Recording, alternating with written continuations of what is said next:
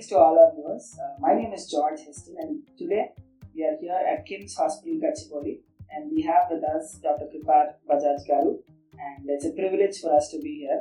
Thank you so much. Thank you so much for your time, madam.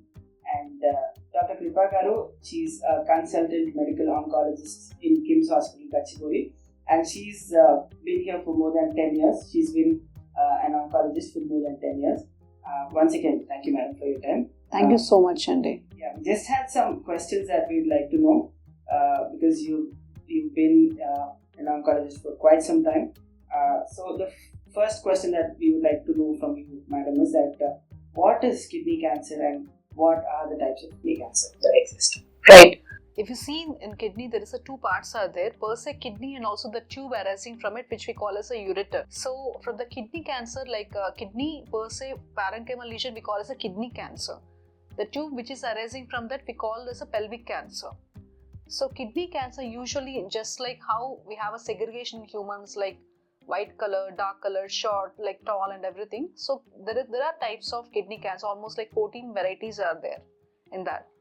Out of the 14 varieties, the clear cell carcinoma is the most common cancer what we do see in kidney cancer. We call it a renal cell carcinoma in precisely in technical terms, medical terms.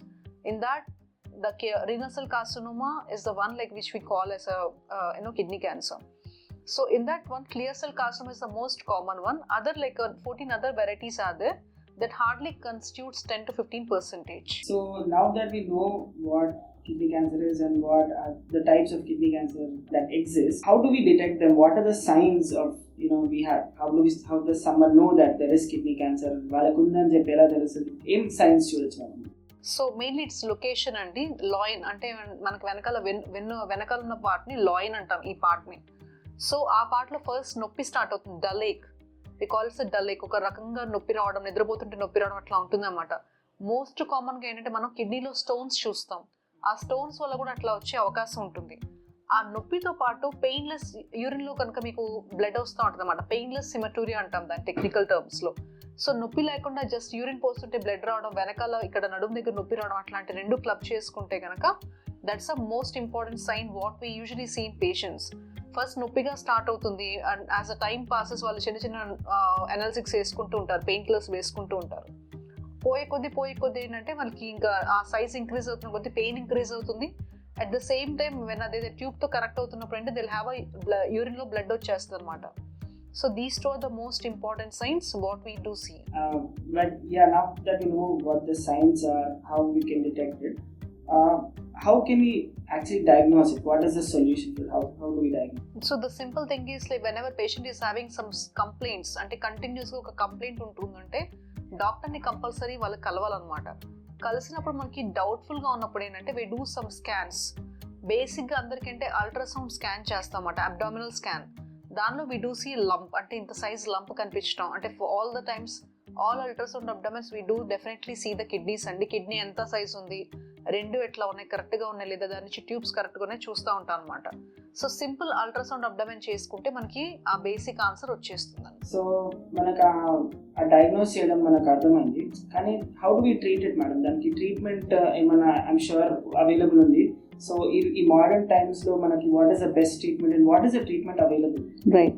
So మామూలుగా స్టేజెస్గా divide చేసుకుంటామండి క్యాన్సర్ని. Stage 1 to stage 3, stage 4. So even stage 4లో కూడా అంటే ఒక couple of పార్ట్స్లో ఉంటాం. కొంత పార్ట్లో ఉంటే కనుక వి కాల్ ఎస్ ఆలిగోమెటాస్టాటిక్ అంటాం అనమాట. అంటే ఏంటంటే కొన్ని చోట్ల మాత్రమే ఉంది, 1-2 చోట్ల ఉంది. ఏదైతే సర్జరీ తీయగలుగుతామో దాన్ని క్యూర్ చేసేయడానికి ట్రై చేస్తాం అనమాట. ఫర్ సపోజ్ రీసెంట్గా ఒక పేషెంట్ ఉన్నారు, లెఫ్ట్ కిడ్నీలో ఒక మాస్ ఉంది, ఆల్మోస్ట్ 12 centimeters. కిడ్నీలో పెద్ద ఒక గడ్డ ఉంది, అక్కడి నుంచి ఇంకెక్కడా లేకుండా కరెక్ట్గా లంగ్లో ఉందన్నమాట. లంగ్లో ఒక గడ్డ ఉంది, ఒక 4 centimeters గడ్డ ఉంది. ఇంత ఏంటి రెండు సపరేట్గా ఉన్నాయని చెప్పి చూసుకుంటే రెండు కిడ్నీ క్యాన్సర్ లాగే వచ్చిందనమాట. మేము ఫస్ట్ కొంత ఇమ్యూనోథెరపీ ఇచ్చి ఆ తర్వాత కొంచెం సైజ్ తగ్గిన తర్వాత సర్జరీ చేసి మళ్ళీ ఇమ్యూనోథెరపీ మేము తీసుకున్నాం అనమాట. సో ఏదైనా క్యాన్సర్ క్యూర్ చేయాలి అంటే సర్జరీ కంపల్సరీగా ఉంటుందండి. సర్జరీ కాకుండా క్యూర్ చేసే ఆప్షన్ అంటూ ఉండదు. ఒకవేళ పేషెంట్కి చాలా చోట్ల స్ప్రెడ్ అయింది, 1-2 చోట్ల అంటే ఇందాక చెప్పినట్లు మనం సర్జరీ చేసి తీయగలుగుతాం. అలా కాకుండా చాలా చోట్ల స్ప్రెడ్ అయ్యి కనుక ఉంటే కనుక కొన్ని టాబ్లెట్స్ ఉంటాయి, ఇంకోటి ఇమ్యూనోథెరపీ ఉంటుంది. ఇమ్యూనోథెరపీ అంటే మన ఓన్ బాడీలో ఇమ్యూనిటీని యాక్టివేట్ చేసి క్యాన్సర్ సెల్స్ని చంపడానికి ట్రై చేస్తాం అన్నమాట. అదొకటి. సెకండ్ ఇంకోటి టీకే అంటే టాబ్లెట్స్ ఉంటాయి అనమాట. ఆ బ్లడ్ సప్లై, ఆ క్యాన్సర్ సెల్కి ఉన్న బ్లడ్ సప్లైని కొంచెం రిడ్యూస్ చేస్తే దానివల్ల అది రిగ్రెస్ అవుతాం అంటే సైజ్ తగ్గటం, చిన్న చిన్న సెల్స్ ఉన్నవంతా కూడా రిజాల్వ్ అవటం అవన్నీ జరుగుతూ ఉంటాయి అనమాట. So immunotherapy and targeted therapy ఈ రెండు కిడ్నీ క్యాన్సర్కి సంబంధించిన ట్రీట్మెంట్. సో మీరు అన్నట్టు ట్రీట్మెంట్స్ అయితే అవైలబుల్ ఉన్నాయి, కానీ what is the success rate? I mean how risky it is, or I mean I understand that people will definitely opt for it when they have a diagnosed with cancer, but how confident can the patients be when they come to a doctor saying that this is my problem and me దీనికి diagnose చేయండి, treatment ఇవ్వండి, and ఎంత confidence ఉండొచ్చు? What is the success rate is what I'm trying to find out. Right. So usually kidney cancer అంటే stage 4లో కూడా కొంతవరకు మీకు సక్సెస్ రేట్ మంచిగా ఉంటుందండి, అంటే 85% అవుట్కమ్ బాగుంటుంది. స్టేజ్ 1 to స్టేజ్ 3 సర్జరీ చేస్తే సరిపోతుందండి. దానిలో సర్జరీ చేసిన తర్వాత రిస్క్ కేటగిరీని బట్టి మళ్ళీ జబ్బు వెనక్కి రాకుండా ఉండడానికి ఇమ్యూనోథెరపీ 1 or 2 years ఇస్తామండి. అలా చేస్తే కనుక 85% వరకు క్యూర్ ఉంటుందన్నమాట.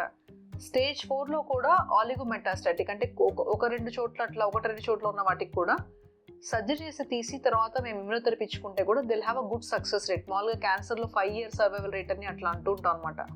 దానికి కూడా అవుట్కమ్ మంచిగా ఉంటుంది, ఏం ప్రాబ్లం ఉండదు. అలా కాకుండా మల్టిపుల్ చోట అట్లా స్ప్రెడ్ అయ్యి అట్లా ఉంటే కనుక దెన్ అప్పుడు మేము ఏంటంటే పేషెంట్కి కొన్ని రోజులు ట్రీట్మెంట్ ఇచ్చి కొన్ని నెలల తర్వాత రెస్పాన్స్ ఎంత వచ్చిందో చూసి ఆ తర్వాత వాళ్ళకి చెప్పగలుగుతాం అనమాట. ఫర్ సపోజ్ స్టేజ్ 4 క్యాన్సర్ ఎక్స్టెన్సివ్గా జబ్బు ఉన్నప్పుడు ట్రీట్మెంట్ స్టార్ట్ చేస్తే ఆ ట్రీట్మెంట్ స్టార్ట్ చేసే ముందర good risk, intermediate risk, high risk అని కొన్ని స్కోర్స్ చూసుకొని మేము సెగ్రిగేట్ చేస్తాం అనమాట. స్కోర్ కనుక గుడ్ రిస్క్, ఇంటర్మీడియట్ రిస్క్ ఉంటే కనుక మంచిగా ఎక్కువ రోజులు చేస్తారు. లేదు హై రిస్క్ కనుక ఉందంటే కనుక వాళ్ళకి ట్రీట్మెంట్ కొంచెం ఇమ్యూనోథెరపీ పెట్టినా సరే వాళ్ళు 2-3 సంవత్సరాలు అట్లా చేసే అవకాశం ఉంటుంది. అలానే అందరూ అట్లా ఉంటారని లేదనమాట. ఎవరికైతే ఇందాక నేను చెప్పినట్టు ఎవరికైతే రెస్పాన్స్ బాగా వస్తుందో వాళ్ళు they do well for long time. Even ఎక్స్టెన్సివ్గా జబ్బు ఉన్న వాళ్ళు అట్లా ఉన్న వాళ్ళు కూడా ఆ ఇమ్యూనోథెరపీ కానీ టార్గెట్ థెరపీ కానీ తీసుకున్నప్పుడు రెస్పాన్స్ బాగా వస్తుంది కనుక వాళ్ళు చాలా ఎక్కువ సంవత్సరాలు చేసిన ఎవిడెన్స్ ఉందన్నమాట. అది. So one final question is that మనం చూసుకున్నాం, ట్రీట్మెంట్ చూసుకున్నాము, వస్తే మనకు ఎలా తెలుస్తుంది, సైన్స్ ఏంటి చూసుకున్నాము, కానీ ఇవన్నీ రాకముందు అది అవాయిడ్ చేయడానికి I'm sure as a doctor you would like to see less number of patients coming to you health wise ఈ క్యాన్సర్ లేకుండా. So what can they do to reduce the risk of having this kidney cancer? So kidney క్యాన్సర్కి స్పెసిఫిక్గా వీటి వల్ల వస్తుందని ఏమీ లేదండి. Just like మీకు బ్రెస్ట్ క్యాన్సర్కు లేకపోతే పెద్ద పేగుకు సంబంధించిన కోలన్ క్యాన్సర్ ఉన్నట్టు కిడ్నీ క్యాన్సర్కి ఈ రీజన్ వల్ల మీకు క్యాన్సర్ వస్తుందని ఏమీ లేదండి.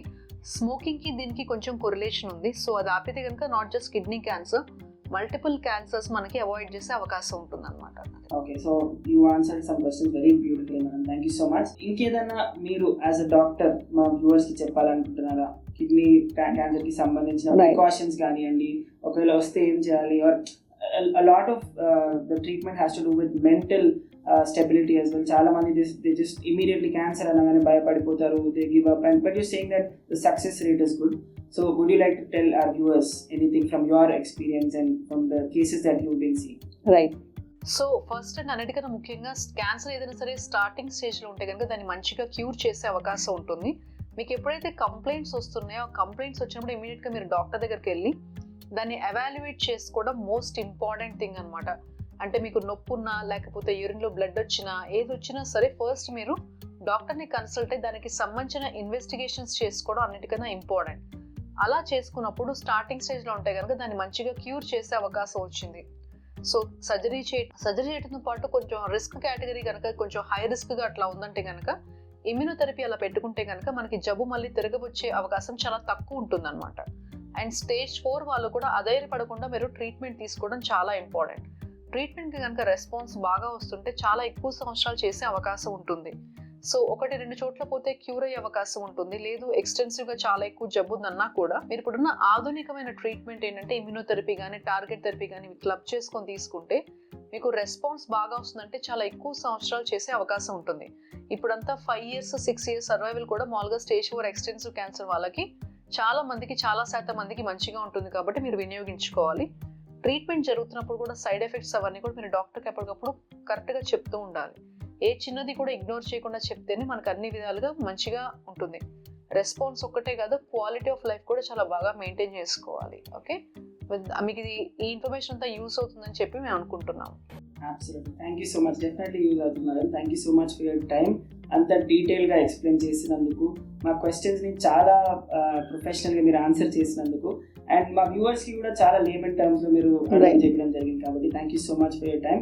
So I hope the viewers that are watching us would be benefited from what madam has shared. And Kripa garu, like I mentioned, she's a consultant medical oncologist at KIMS Hospital, Gachibowli. So they can, if they have any more concerns, queries, doubts or questions or a consultation, they can come here and consult the madam as well. Right. So thank you so much madam. Thank you so any much. final words that you would like to say? Stay fit and stay healthy అండి. చక్కగా మీరు మన life style habits, అంటే cancer ప్రతిసారి కూడా మీ అందరికీ చెప్పేది అదే, స్వయం కృతాపరాధం అంటాం, అంటే self made self inflicted harm అనమాట ఇదంతా కూడా. So please avoid tobacco, avoid alcohol. Just if you're so addicted, just seek some help అండి. మీకు ఒకవేళ బాగా తాగాలి, బాగా తినాలి అట్లా అనిపిస్తున్నప్పుడు కూడా మీరు జస్ట్ డాక్టర్ కలిస్తే కనుక will be able to help you. అంటే స్మోకింగ్ క్విట్ చేయడానికి కానీ, లేకపోతే ఆల్కహాల్ కన్సంప్షన్ క్విట్ చేయడానికి కానీ, ఇంకేమైనా హెల్దీ లైఫ్ స్టైల్స్ మీరు ఏమైనా ఎక్వైర్ చేసుకోవాలనుకుంటే కనుక we're always ready to help you అండి. ఓకే, విత్ దిస్ మళ్ళీ ఇంకోటి, ఈ కిడ్స్ ప్లానింగ్ అప్పుడు కూడా చాలా lot of thoughts are there. So అది కూడా మీరు మమ్మల్ని. Thank you so much madam for your time. Thank you so much viewers for watching us. And like I said, madam is always available. Please take her appointment and you can come and see madam and ask any other doubts and questions. Thank you so much. Thank you so much.